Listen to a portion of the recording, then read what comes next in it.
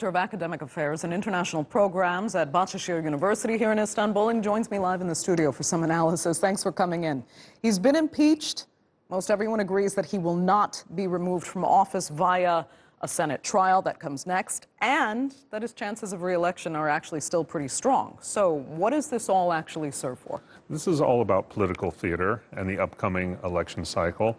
We have all of the members of the House of Representatives that are going to be running. We have a third of the members of the Senate that will be running for their seats, and they're going to be using this impeachment and the impeachment process and the trial as a core part of their re-election campaigns.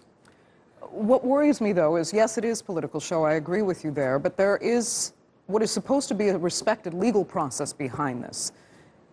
Arguably, something wrong happened when he said, "We need you to do us a favor," in that phone call. Is that really not even part of the equation from what I'm getting from your analysis? Does that not matter? This is strictly about winning seats back in this next election? Unfortunately, this is what it's become. In fact, asking for the favor on the telephone call, withholding the funding, however related they may or may not have been, were both terrible things for a president to do. And some people, of course, have argued, and the House of Representatives has decided that it was an abuse of power.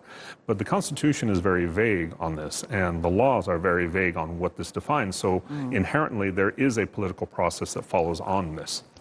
You know, leading senators have said, in spite, of having to swear an oath to be impartial jurors in this process, they will not be. Not least Mitch McConnell. In his case, he says he's going to take guidance directly from the president's own attorneys.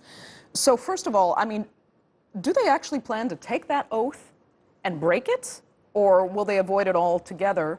And if they do actually take the oath, because that is part of the process that they are supposed to adhere to, will there be consequences for their then failure to deliver that impartial justice that they're supposed to swear to deliver? In theory, yes, they're supposed to be impartial, but again, because it's an inherently political process and the Republicans have tied themselves so closely to President Trump, it's going to be difficult for them to be impartial. And this is exactly what the Democrats are hoping as we come into the election cycle, that they will be able to demonstrate that their opponents are in the pocket of the president, are not independent, are not representing the interests of their own constituencies, and that's why you should vote Democratic. Okay. Sean Michael Cox, we're going to have to leave it there. Thanks so much, as always, for coming in.